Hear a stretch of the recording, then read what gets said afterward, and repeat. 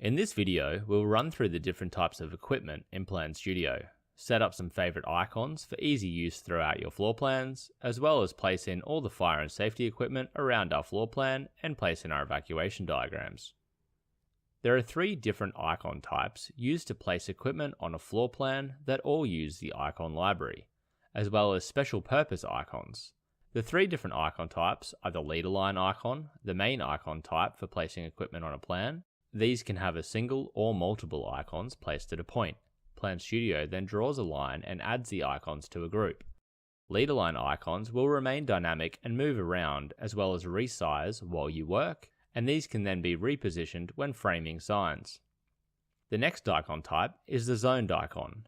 These again use the icon library and can be used to indicate an area as a piece of equipment rather than a point, such as first aid rooms or your bathrooms and amenities. These will shade the area, the color of the icon, and place the icon in the center of the area. The final type is the fixed icon, used for a piece of equipment with a fixed position. This icon type will not rotate or resize as you work or between signs, useful for things like strobe lights that may be directional. To set up our favorite icons, first select the equipment tool. Place your first leader line icon and select the settings gear from the search bar. We can then search for our icons and add them to our favorites list, where we can then reposition and order them by clicking and dragging them around the favorites menu. With our favorites set up, we can then start placing our icons around the floor plans. Pressing in the location we want to position an icon, and either selecting the icon from our favorites or searching for them in the inspector panel.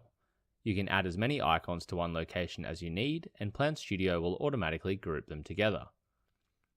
Once the icon is placed, you can also add in any additional notes, photos, or documents to the icon by clicking the pink plus button, as well as filling out any data fields attached to your icon.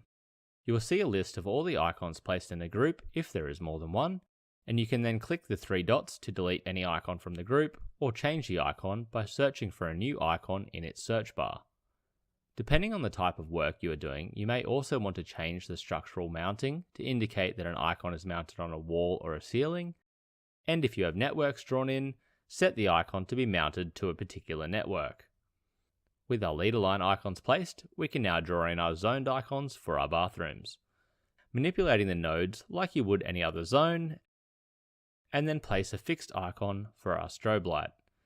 With all the icon library icons finished, we can now start placing all of our exit signs around the plan, by clicking and dragging our mouse to rotate them into the correct position before releasing, pressing on the arrows to add them for any directional exit signs.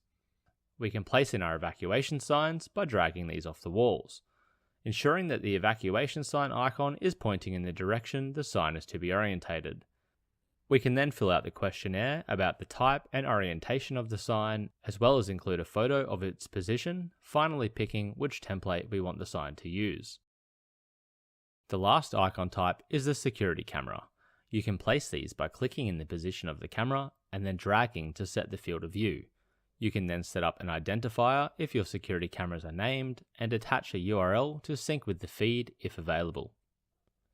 At this stage, you may also wish to go through and add in any last fire doors or firewalls using the ratings available in their properties, or the brush tool available in the wall tool.